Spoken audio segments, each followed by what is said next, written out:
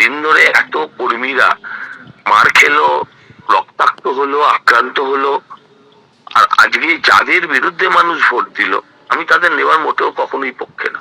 আমি ওদের ওপর আক্রমণ হোক, এটাও আমি চাই না। ওদেরকে আইন সাজা দেবে, অনেককে ধরেছে, আরো সারা বাংলায় ধরা পড়ছে। সেখানে আইনটাকে আমরা নিজের হাতে নিতে চাই না। সেটাই হচ্ছে তৃণমূলের সঙ্গে আমাদের তফাৎ। ওরা আমাদের দলে আসুক, তা কোনো জায়গায় আমি চাই না। তোলাবাজি, দুর্নীতি থেকে নির্মাণ কাজে কাটমানি। কলকাতা পুরসভার প্রাক্তন তৃণমূল কাউন্সিলর মোনালিসা বন্দ্যোপাধ্যায়ের নামে এই সমস্ত অভিযোগের পরিপ্রেক্ষিতে পোস্টার পড়ল।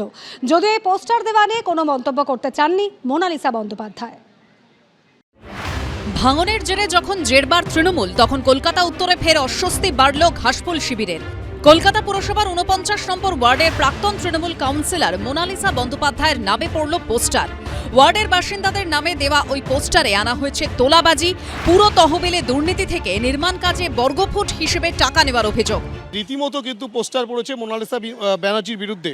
এখানে মোনালিসা বন্দ্যোপাধ্যায়ের বিরুদ্ধে যে অভিযোগ মূলত রয়েছে, যে তোলাবাজ মোনালিসা ব্যানার্জির বিচার চাই, কর্পোরেশন ফান্ডের টাকার হিসাব চাই, স্কোয়ার ফুটে পয়সা নাও, চোর মোনালিসা বিদায় নাও, এই ধরনের কিন্তু বিভিন্ন রকম পোস্টার গোটা ৪৯ নম্বর ওয়ার্ড জুড়ে পড়েছে।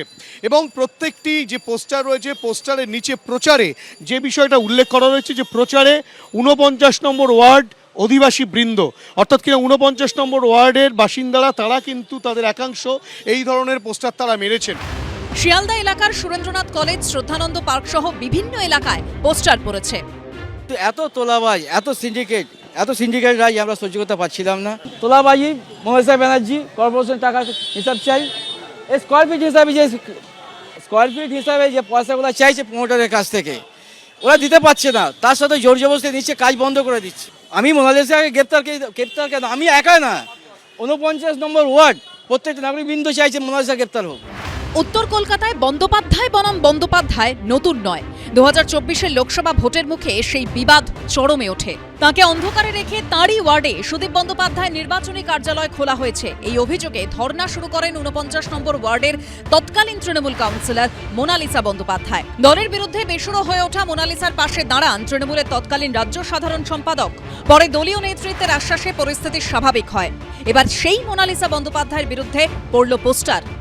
তৃণমূলের প্রত্যেক কাউন্সিলরই হচ্ছে তোলাবাজ, প্রত্যেক কাউন্সিলরই হচ্ছে স্কোয়ার ফুট খোর। হ্যাঁ, এদের মধ্যে কেউ একটু বেশি, কেউ একটু কম।